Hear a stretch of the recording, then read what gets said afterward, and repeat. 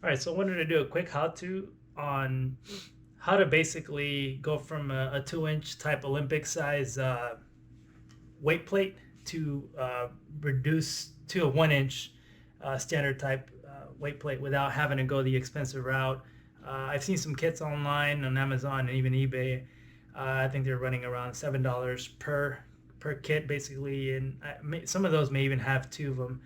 Uh, and with shipping, it just to me it just got kind of pricey. So I went out Home Depot.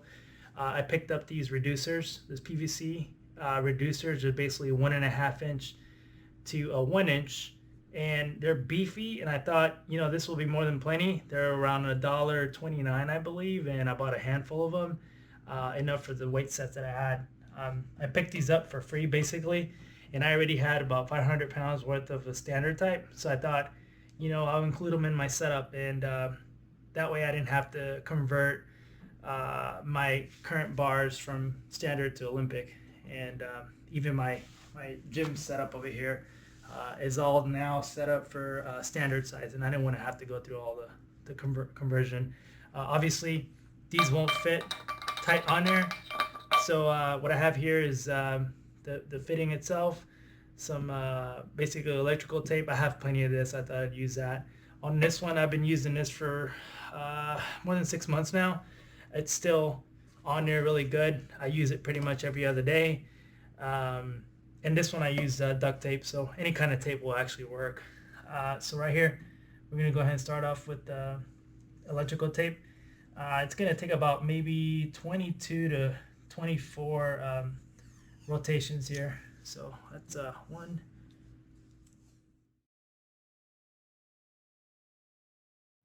two.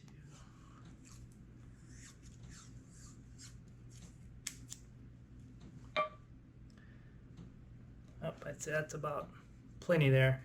And again, I'm not sure exactly how everyone mounts their weights to their bars, but I felt like in my application it's best if I have the flange side in front of my weight setup. So I'm going to keep mounting it that way. And again, these are super beefy.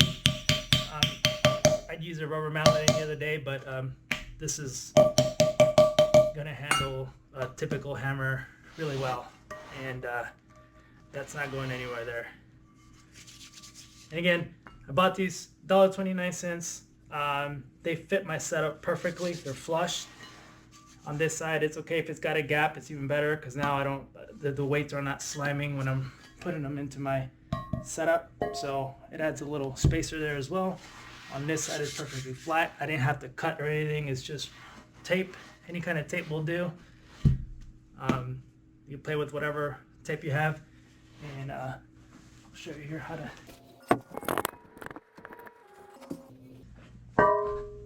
I've got two weights over here that I've already done.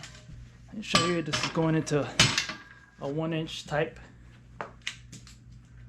bar. Got my other one.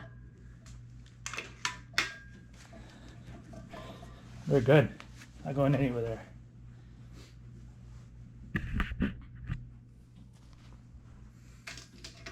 Not only that, but even when I store them, my entire setup was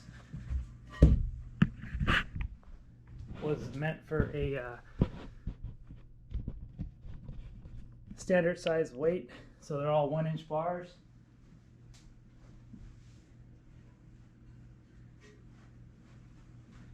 I didn't want my weights kind of swinging around too much, so that's another reason why I used the reducer. It's on there. Next one is on there as well. That's it. And I'm also I also have another video on how to make a leaning type barbell holder. Basically all the weight is going directly to the floor, and not much is being supported by the actual 2x4 that's in the structure of the wall there. So thank you guys for watching.